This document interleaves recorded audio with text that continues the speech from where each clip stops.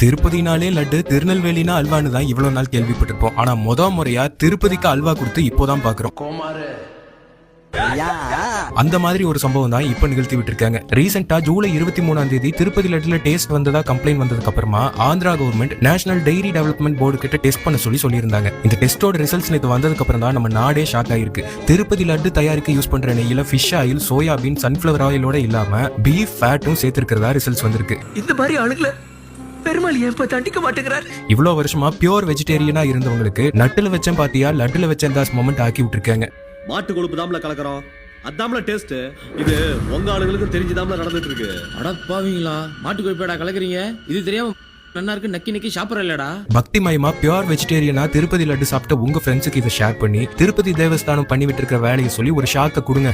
மாத்திரையை போட்டு பெருமாளை கும்பிட்டுட்டு படுத்து தூங்கு. Good night. அவ்வளவுதான், நம்மள முடிச்சு விட்டீங்க போங்க.